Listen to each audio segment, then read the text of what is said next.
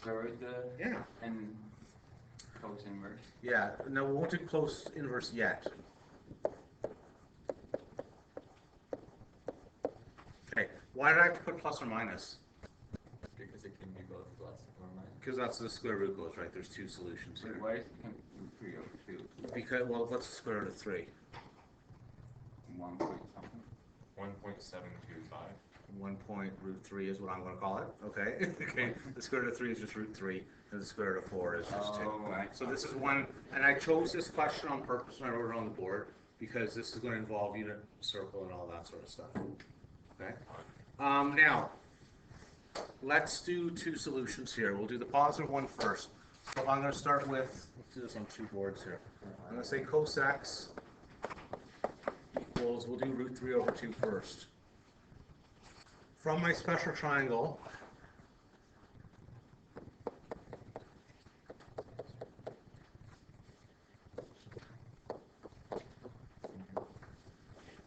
from my special triangle there, cos of what equals root 3 over 2?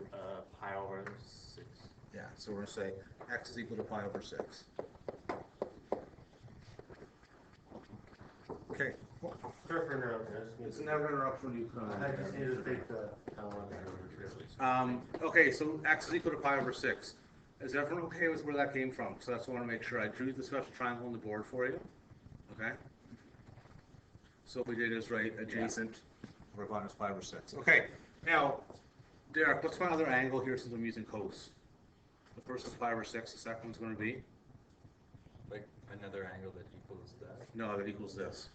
Since I use cos of x is equal to root 3 over 2. Oh, yeah. Pi minus pi over 6. Close? It's going to be one of the negative ones. Close. You said pi minus? Well, pi minus would give you up here, right? Yeah, that would be one of, wouldn't it? Just wait, just slow down. I don't want to put pressure on it. We're using cosine, right? So cosine's positive over here. Yeah, but it's a. So it'd be minus? Oh, plus. The minus one we'll deal with in a sec here, though. Oh, we're just doing positive? Just doing positive right now. Okay, then 2 pi minus Yeah. pi over 6.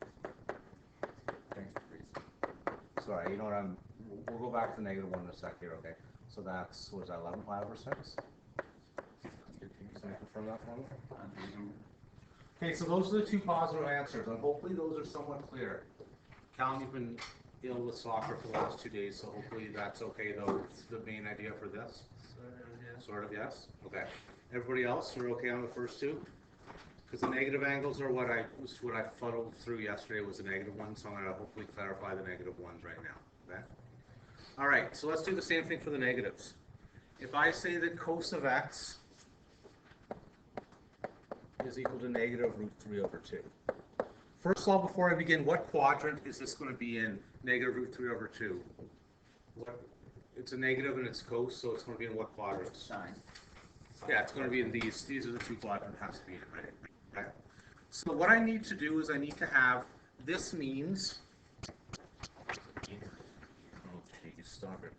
X equals negative root 3 over 2 on unit circle.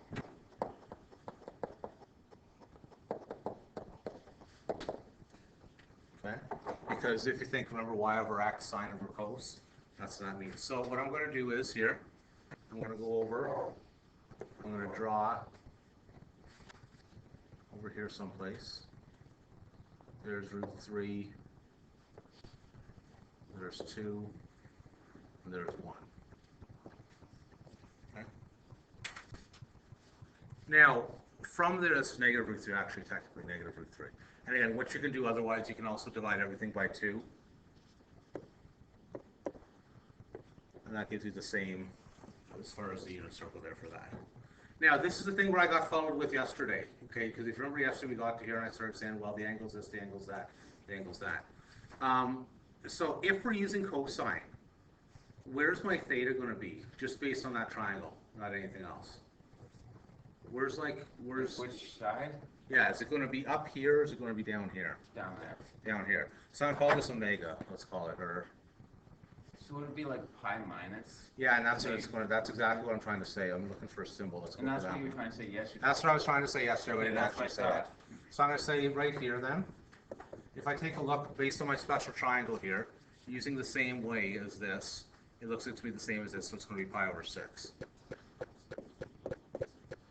my theta, this big guy here, which is theta, is going to be pi minus 5/6.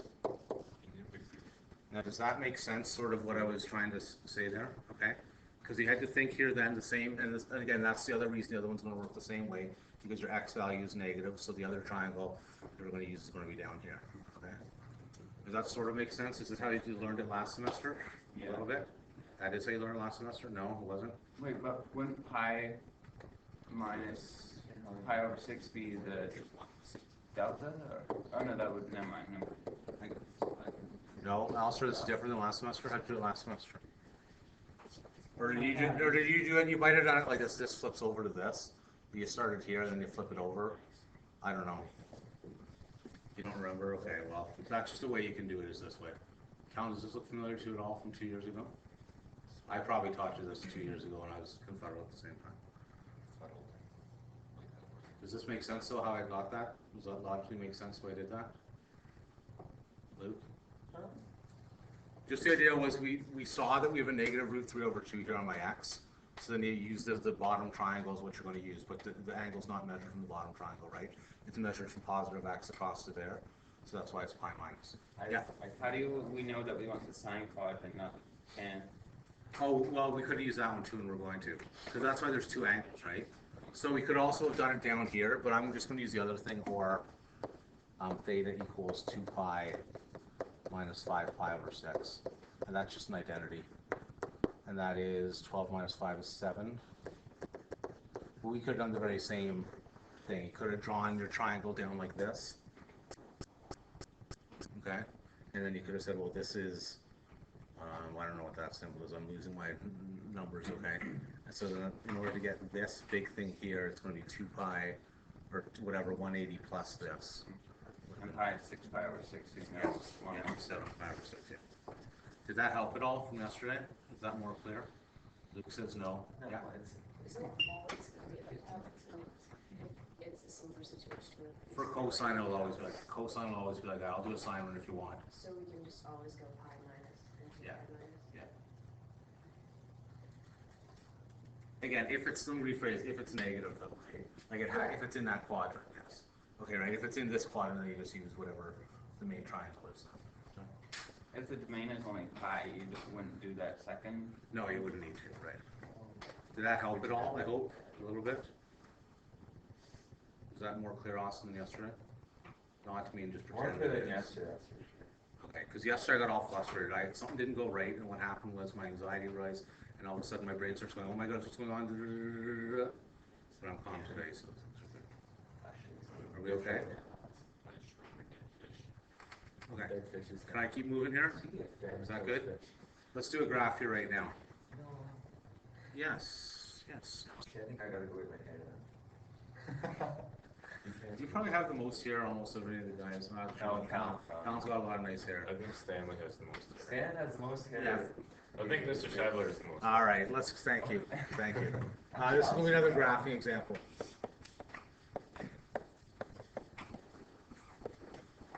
Stan's got a nice head of hair.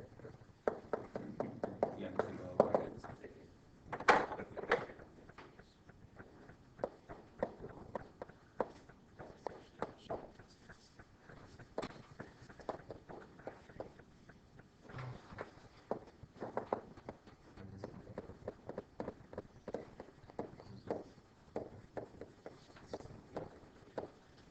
Okay. Now, we'll go through this one, and I'm going to actually make it a little bit bigger than usual. I'm going to go from 0 to 4 pi. All right. Now, this graph, you should have an idea of what it's going to look for before you actually graph it. What does the x, like the x on the left, mean? Like, let's pretend it was 3 sine x. What would 3 sine x tell you the graph looks like? that bigger period one. No, that'd be sine 3x width. Greater amplitude, right? So the graph would go from positive 3 to negative 3, positive 3 to negative 3, all the way through. So what does x sine x mean? As x increases the amplitude. Right, so this graph should look sort of like this.